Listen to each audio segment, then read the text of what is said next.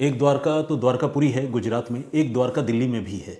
जो लोग दिल्ली से वाकिफ़ हैं उन्होंने इस जगह का नाम ज़रूर सुना होगा। इसी द्वारका में 48 साल के एक कारोबारी, एक बिजनेसमैन रहा करते थे, जिनका नाम था अनुरूप गुप्ता। अनुरूप गुप्ता बेसिकली एक कैंटीन ऑपरेटर थे, यानी ये एक कैंटीन चलाते थे और वो कैंटीन दिल्ली में ही छत्तीसगढ़ भवन में लोकेटेड थी। आप सबको पता होगा कि दिल्ली में अलग अलग राज्यों के अलग अलग भवन हैं, जहां पर उन राज्यों के नागरिक, जनप्रतिनिधि, बड़े ऑफिसर्स ये सब आकर रुकते हैं, ठहरते हैं। और तकरीबन सारे भवनों में उनका अपना एक कैंटीन होता है, जो उन राज्यों की डेलिकेसी को रिप्रेजेंट करने वाला फूड वहाँ परोसते हैं। कहने का मतलब ये है कि छत्तीसगढ़ भवन है तो छत्तीसगढ़ की जो पकवान और खाने पीने की चीज़ें हैं, जिस तरह से वहाँ का रहन सहन और रिवाज है, उसके मुताबिक वो डिश बनाकर लोगों को देते हैं। तो वो छत्तीसगढ़ के आने वाले लोगों को भी एक घर जैसा फील मिलता है। साथ ही दिल्ली में या दुनिया भर से आने वाले जो अलग अलग लोग हैं, वो अलग अलग राज्यों के उन भवनों में जाकर उन राज्यों का खाना खा सकते हैं। तो खैर, ये तो एक कैंटीन की बात हुई जिसके बारे में मैंने आपको बताया, लेकिन बात कैंटीन की नहीं, बात अनुरूप गुप्ता की है। तो अनुरूप गुप्ता छत्तीसगढ़ भवन में कैंटीन चलाया करते थे और उनकी उम्र थी तकरीबन 48 साल। इसी साल की ये बात है, 18 फरवरी को अनुरूप गुप्ता अपने घर से निकले, काम पर गए छत्तीसगढ़ भवन, लेकिन घर नहीं लौटे, गायब हो गए।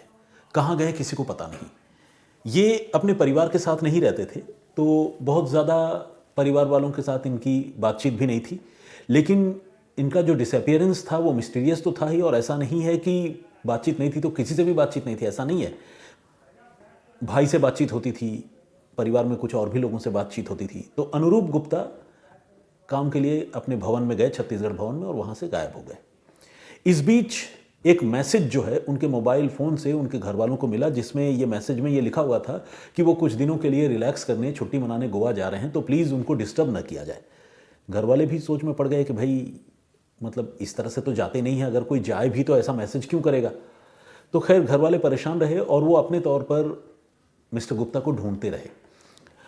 18 फरवरी 19, 20, 21, 22, 23 तारीख को घर वालों ने जब लाख कोशिश कर ली इतने दिनों में अनुरूप गुप्ता से बात करने की, लेकिन उनके मोबाइल फ़ोन पर संपर्क नहीं हो पाया, तो घर वालों ने परेशान होकर द्वारका नॉर्थ पुलिस स्टेशन में अनुरूप के गुमशुदगी की रिपोर्ट दर्ज करा दी।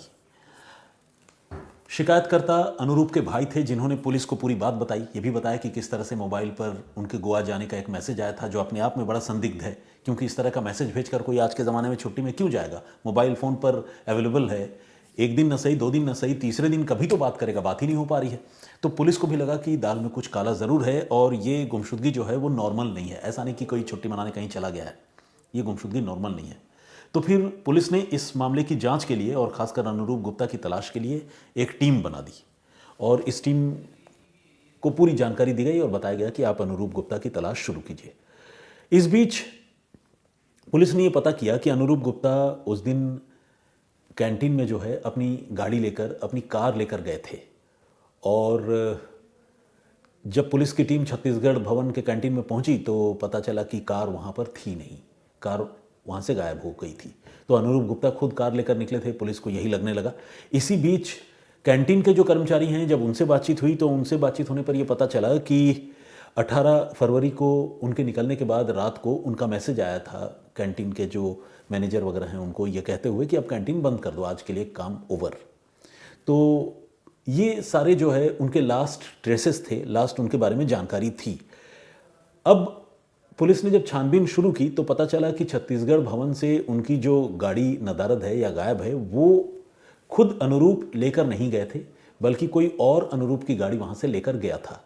और अनुरूप जो है 18 तारीख को जब छत्तीसगढ़ भवन से निकले थे तो उन्होंने रैपिडो बुक करवाई थी। रैपिडो आप सबको पता है, ये टैक्सी सर्विस है, जिस तरह ओला उबर है, और ये 2 व्हीलर की सर्विसेज भी प्रोवाइड कराती है ये company, like many other companies.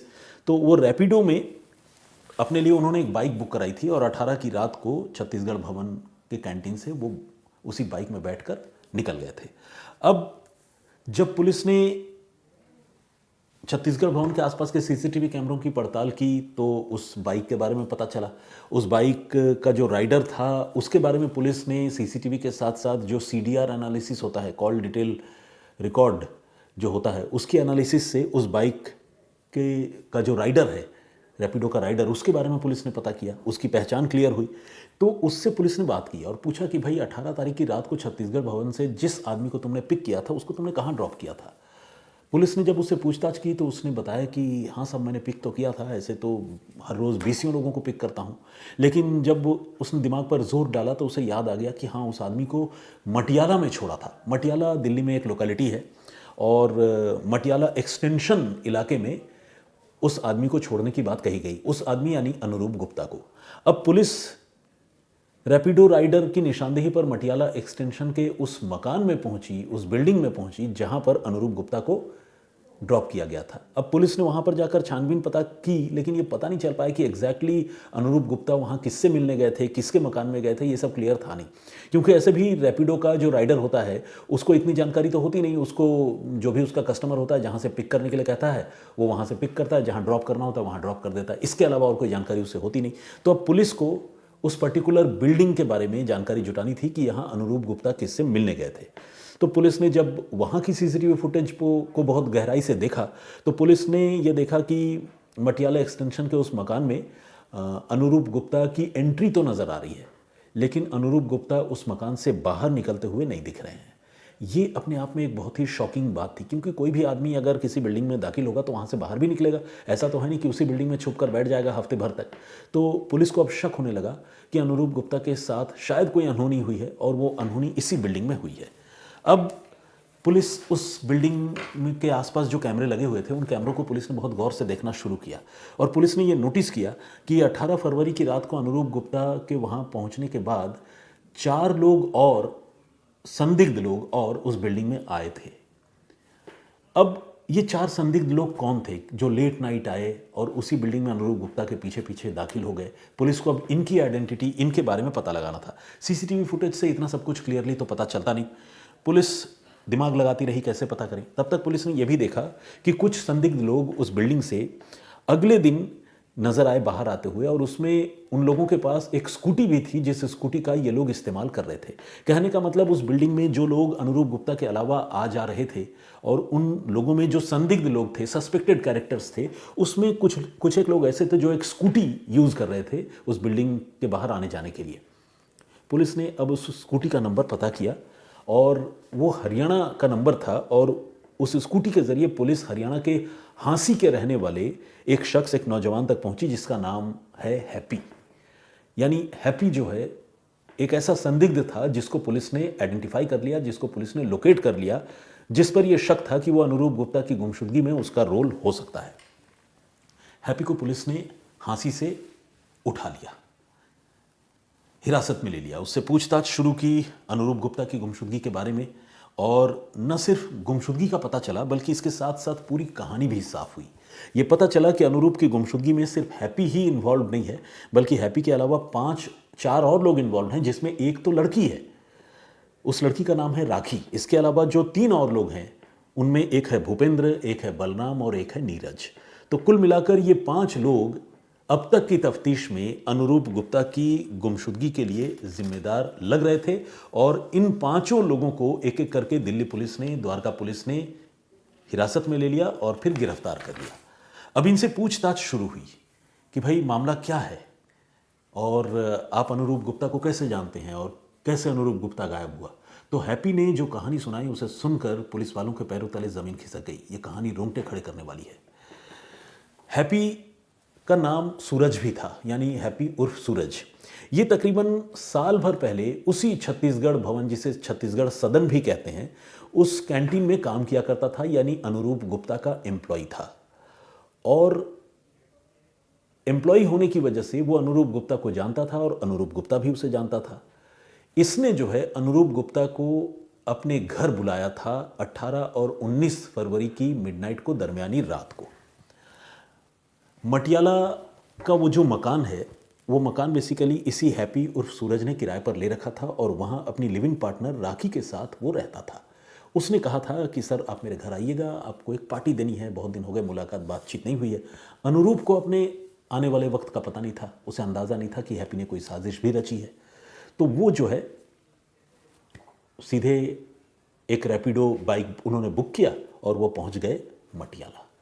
मटियाला के उस मकान में उनके पहुंचने के थोड़ी देर बाद हैप्पी और राखी के दोस्त भूपेंद्र, बलराम और नीरज, ये लोग एक एक कर वहां आ धमके। अब 5 लोग एक तरफ और दूसरी तरफ अनुरूप गुप्ता अकेला। इन पांचों ने मिलकर अनुरूप गुप्ता को काबू कर लिया। कोई दुश्मनी नहीं थी, कोई रंजिश जैसी बात भी नहीं थी, सिर्फ और सिर्फ इरादा था लूटपाट करने का। असल में हैप्पी जब छत्तीसगढ़ सदन में काम करता था उस समय उसने ये नोटिस किया था कि अनुरूप गुप्ता एक मोटी सोने की ब्रेसलेट पहनते हैं, हाथों में अंगूठियां हैं और उनको सोने के जेवरों का बड़ा शौक है। तो ये सब कुछ देखकर हैप्पी अक्सर ये सोचा करता था कि अनुरूप बड़ा पैसे वाला आदमी है। उसने साल भर पहले नौकरी तो छोड़ दी थी, लेकिन उसके दिमाग से अनुरूप गुप्ता की छवि नहीं गई थी और उसके दिमाग से ये सोच नहीं गई थी कि अनुरूप के पास बहुत पैसे हैं, अगर उससे लूटपाट की जाए तो ये पैसे हासिल किए जा सकते हैं। तो एक जो क्रिमिनल माइंडेड आदमी होता है ना, वो इसी तरह से सोचता है, नेगेटिव तरीके से चीज़ों को लेता है और ये सोचता था कि अनुरूप के पास बहुत सारे पैसे होंगे। लूटपाट के लिए घर बुलाया, एक तरह से देखा जाए तो जाल बिछाया, ट्रैप लगाया और अनुरूप को अपने घर बुला लिया। इसके बाद इन सारे लोगों ने मिलकर 18 और 19 तारीख की दरमियानी रात को अनुरूप को बुरी तरह से पीटा और उससे जितने भी कीमती चीज़ें उसके पास थी, बिलोंगिंग्स, जेवरों की सूरत में, वो लूट लिए। इसके बाद इससे और पैसे, अकाउंट्स के डिटेल, ये सारी चीज़ें वो लोग मांगने लगे, लेकिन अनुरूप इन चीज़ों के लिए तैयार नहीं था और उसने मना कर दिया। इस पर अनुरूप के साथ उन्होंने और ज़्यादती की और ज़्यादा मारपीट शुरू कर दी। अनुरूप से ज़बरदस्ती उनके कार की चाबी छीन ली और कार की चाबी छीनने के बाद 2 लोग गए छत्तीसगढ़ सदन और वहाँ से अनुरूप की कार भी उन लोगों ने वहाँ से चुरा ली और चुरा कर वो कार को लेकर आए वहीं मटियाला एक्सटेंशन में, जहाँ पर इनका अड्डा था और जहाँ पर अनुरूप गुप्ता को बंधक बनाकर ये लोग मारपीट कर रहे थे। इसके बाद अनुरूप चूंकि डिनायल मोड में था, उसके पास जो गहने थे वो तो लूट लिए गए थे, बाकी चीज़ें वो देने के लिए तैयार नहीं था, अपने अकाउंट का डिटेल, अकाउंट का पैसा, एटीएम, ये सब बताने के लिए तैयार नहीं था। तो अनुरूप को गुस्से में आकर इन पांचों ने मिलकर चाकुओं से मार मार के मौत के घाट उतार दिया। इसके बाद 5 लोग में से 2 लोग तो जो हरियाणा के थे, बेसिकली तकरीबन सारे लोग ही हरियाणा के हैं, ये लोग हरियाणा चले गए। जो मेन कल्प्रिट है हैप्पी उर्फ सूरज, उसने जो है अगले दिन अनुरूप के लाश के टुकड़े करने का फैसला किया। बाजार गया, चाकू खरीद कर लाया, अपनी गर्लफ्रेंड के साथ मिलकर इसने अनुरूप की लाश के टुकड़े किए, उसे 3 टुकड़ों में बांटा, अलग अलग पॉलीथीन के पैकेट्स में भरा और खून से सने कपड़े वगैरह सब धो लिए। और इसके बाद ये 3 से 4 लोग मिलकर अनुरूप की कार में ही उसकी लाश के टुकड़ों को पैकेट की सूरत में रखकर उस बिल्डिंग से बाहर निकल गए। असल में उस कार की जो बेसमेंट है, उस बेसमेंट में पार्किंग की व्यवस्था थी, तो कार की एंट्री वहाँ दिख रही थी और अगले दिन उस कार की एग्जिट भी दिख रही थी, जिसमें पैकेट में लाशें थी, लेकिन ऑब्वियसली कार जाती हुई दिख रही थी, पैकेट्स और लाश तो नहीं दिख रहा था। तो इसीलिए पुलिस को शुरू में अनुरूप की गुमशुदगी का रहस्य नहीं समझ में आ रहा था। लग रहा था कि बिल्डिंग के अंदर तो गया है, लेकिन बिल्डिंग से बाहर निकलते हुए वो नहीं दिख रहे हैं। लेकिन जब इनसे पूछताछ हुई तो इन्होंने बताया कि न सिर्फ उन्होंने कत्ल किया, कत्ल करने के बाद सबूत मिटाने के लिए लाश के टुकड़े कर दिए और टुकड़े करने के बाद पुलिस को गुमराह करने के लिए न सिर्फ उन टुकड़ों को कार में रखकर वो वहाँ से निकल गए, बल्कि अनुरूप का मोबाइल फ़ोन भी स्विच ऑन कर लिया और उसके साथ साथ वो ट्रैवल भी करने लगे। उधर जब शुरू में पुलिस ने इस मामले की जांच शुरू की थी तो पुलिस को ये पता चला था कि अनुरूप गुप्ता की कार जो है वो यमुना एक्सप्रेस वे पर स्पॉट की गई है, देखी गई है 19 तारीख के आसपास, जो कि हत्या करने के बाद बेसिकली जब लाश को ठिकाने लगाने के लिए लेकर जा रहे थे तब वो कार नजर आई थी। पुलिस ने उस समय जो नेशनल हाईवे अथॉरिटी है उससे भी पुलिस ने कांटेक्ट किया था और तब पुलिस को वो कार की तस्वीरें नजर आई थी, जिससे पुलिस को एक क्लू मिला था, एक लीड मिली थी कि वो कार जो है वो यमुना एक्सप्रेस वे से होते हुए मथुरा वृंदावन की तरफ गई है। अब जब ये लोग गिरफ्तार हो गए और इनसे जब पूछताछ हुई, इन्होंने जब पूरी कहानी बताई, तो वो जो सबूत पुलिस के हाथ ऑलरेडी लग चुके थे, इनके बयान से वो सबूत कोरबरेट होने लगे और यानी दोनों का आपस में मिलान हो गया। अब यह भी पता चला कि इन्हीं लोगों ने पुलिस को और घर वालों को गुमराह करने के लिए इसके मोबाइल फ़ोन से घर वालों को मैसेज भी भेजा था, ये लिखते हुए कि मैं गोवा छुट्टी मनाने जा रहा हूँ, इसीलिए मुझे ढूंढने की कोशिश न करना। पुलिस ने, जैसा कि मैंने आपको बताया, सबसे पहले हैप्पी उर्फ सूरज को गिरफ्तार किया और उसके बाद बाकी के 4 आरोपियों को गिरफ्तार किया, जिसमें इंक्लूडिंग हैप्पी उर्फ सूरज की गर्लफ्रेंड राखी भी है, और ये लोग फिलहाल जेल में हैं। लेकिन ये गुमशुदगी का एक ऐसा मामला है जो काफ़ी मिस्टीरियस था और अनुरूप गुप्ता को ढूंढ पाना एक चैलेंजिंग टास्क था, क्योंकि वो एक बिल्डिंग में लास्ट टाइम जाते हुए दिखे लेकिन बाहर आते हुए नहीं दिखे। मगर पुलिस ने कड़ियाँ जोड़कर रैपिडो के राइडर, रैपिडो के बाइकर से बातचीत कर, सीसीटीवी फुटेज मिलाकर, सीडीआर एनालिसिस कर, नेशनल हाईवे अथॉरिटी से कार के लोकेशंस और कार की तस्वीरें जुटाकर आखिरकार इस मामले को क्रैक कर लिया। इसके बाद इनकी निशानदेही पर पुलिस ने मथुरा वृंदावन की तरफ ही उत्तर प्रदेश से लाश के कुछ टुकड़ों को बरामद भी कर लिया सबूत के तौर पर, जिन्हें फॉरेंसिक एग्जामिनेशन के लिए पुलिस ने भेजा, और उसका जो डॉक्यूमेंटेशन है वो भी पुलिस कोर्ट में चार्जशीट में शामिल करेगी ताकि इन गुनहगारों को कड़ी से कड़ी सज़ा दिलाई जा सके। तो एक रहस्यमयी गुमशुदगी का मामला, जिसमें एक अमीर कारोबारी का कत्ल खुद उसके पुराने एम्प्लॉय ने कर दिया क्योंकि वो लालची था। इस पूरे घटनाक्रम में एक मैसेज है जो मैं आप लोगों को देना चाहता हूँ, कन्वे करना चाहता हूँ। अब ये मेरा पॉइंट ऑफ व्यू है, कोई ज़रूरी नहीं कि आप इस बात से सहमत हों। आज का दौर, आज का ज़माना ऐसा है, खासकर दिल्ली एनसीआर के इलाके में, सॉरी टू से मैं यहाँ रहता हूँ लेकिन ये सच है कि ये साउथ इंडिया के जैसा नहीं है। साउथ इंडिया में मैंने लोगों को देखा है कि वो, यहाँ तक कि महाराष्ट्र में भी, वहाँ से शुरुआत हो जाती है, डाउन साउथ आप जाइए, लोग सोने के गहनों से लदे हुए रहते हैं, लोगों को बड़ा शौक है, और वहाँ एक ये नॉर्मल प्रैक्टिस है, किसी के जिस्म पर, किसी के बदन पर सोने के गहने देखकर उसे क्रिमिनल टारगेट करेंगे, ऐसा आम तौर पर होता नहीं है। लेकिन दिल्ली एनसीआर में मोटी सोने की चेन, मोटी ब्रेसलेट और अंगूठी तो दूर की बात है, अगर एक बारीक पतली सी सोने की चेन भी पहनकर आप निकल जाए ना, तो झपटमार ऐसे हैं दिल्ली एनसीआर में कि वो न सिर्फ आपके सोने की चेन लूटेंगे, बल्कि झपटमारी के चक्कर में कई बार इंसान बहुत खतरनाक एक्सीडेंट का शिकार होगा, और ऐसे अनगिनत केस हैं जिसमें झपटमारों के चक्कर में आकर इंसान बेमौत मारा गया है। तो मैसेज इसमें यह है कि दिल्ली एनसीआर वो जगह नहीं है जहां आप कीमती चीज़ें, खासकर गाड़ियां, सोने की चेन, ये सारी चीज़ें फ्लॉन्ट करें। मैं अनुरूप गुप्ता को दोष भी नहीं दे रहा, उस दिवंगत आत्मा के लिए, उनके लिए मेरे मन में बहुत सम्मान है, क्योंकि ऐसे भी उन्होंने कोई अपराध तो किया नहीं, और सोने चांदी के जेवर पहनना भी कोई गुनाह नहीं है। कहने वाले ये भी कह सकते हैं कि इस तरह की मोरल पुलिसिंग की क्या ज़रूरत है, क्या पुलिस की जिम्मेदारी नहीं बनती है कि वो सोने चांदी का गहने पहनने वाले लोगों को भी सुरक्षा दे। बिल्कुल आपकी बात सही है, मैं मानता हूँ कि पुलिस की जिम्मेदारी बनती है, लेकिन जब तक उस तरह का एनवायरनमेंट नहीं मिलता है, जब तक उस तरह का सेफ माहौल हमारे इर्द गिर्द नहीं होता है, तो ऐसे दरिंदों से बचने के लिए हमें अपनी सुरक्षा के बारे में खुद सोचना होगा। तो ये मेरा एक बहुत ही विनम्र सुझाव है। इस सुझाव पर आप क्या सोचते हैं, अपनी राय ज़रूर दीजिएगा। मेरा इरादा कतई मोरल पुलिसिंग का नहीं है कि आप क्या पहने क्या ना पहने, ये आपकी मर्ज़ी है, लेकिन इस केस में आप देख सकते हैं कि सिर्फ ब्रेसलेट सोने की पहनने और कुछ अंगूठी पहनने की वजह से एक बेवकूफ़ क्रिमिनल को ऐसा लगा कि इस आदमी को टारगेट करके इसको लूट लिया जाए, और न सिर्फ लूटा जाए बल्कि लूटपाट के चक्कर में उसकी हत्या भी कर दी। तो अनुरूप गुप्ता, जो बिल्कुल ही निर्दोष और मासूम थे, उनकी हत्या हो गई। बहुत ही दुखद कहानी। आपकी राय, आपका कमेंट मैं ज़रूर जानना चाहूँगा।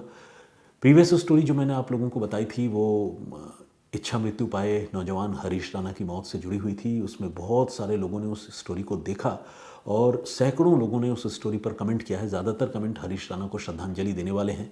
कई लोग हरीश राणा के परिवार के बारे में भी टीका टिप्पणी कर रहे हैं, लेकिन मेरा ये कहना है कि एक परिवार जो 13 सालों तक अपने बेड रिडन बच्चे का ख्याल रख रहा हो, उसकी सेवा कर रहा हो, उनकी मनोस्थिति, उनका दर्द, उनकी तकलीफ़ को भी समझना ज़रूरी है, ऐसा मेरा पॉइंट ऑफ व्यू है। और क्या सोचकर उन्होंने ये फ़ैसला लिया होगा, उन्होंने अपने बेटे के लिए इच्छा मृत्यु मांगी होगी, ये समझ पाना जो है, देखा जाए तो बहुत मुश्किल भी नहीं है और बहुत आसान भी नहीं है। आपको बस ये फील करना होगा कि अगर आप उनकी जगह होते तो क्या करते। खैर, आज के लिए इतना ही। फ़िलहाल मुझे इजाज़त दीजिए, अपना बहुत ख्याल रखिए।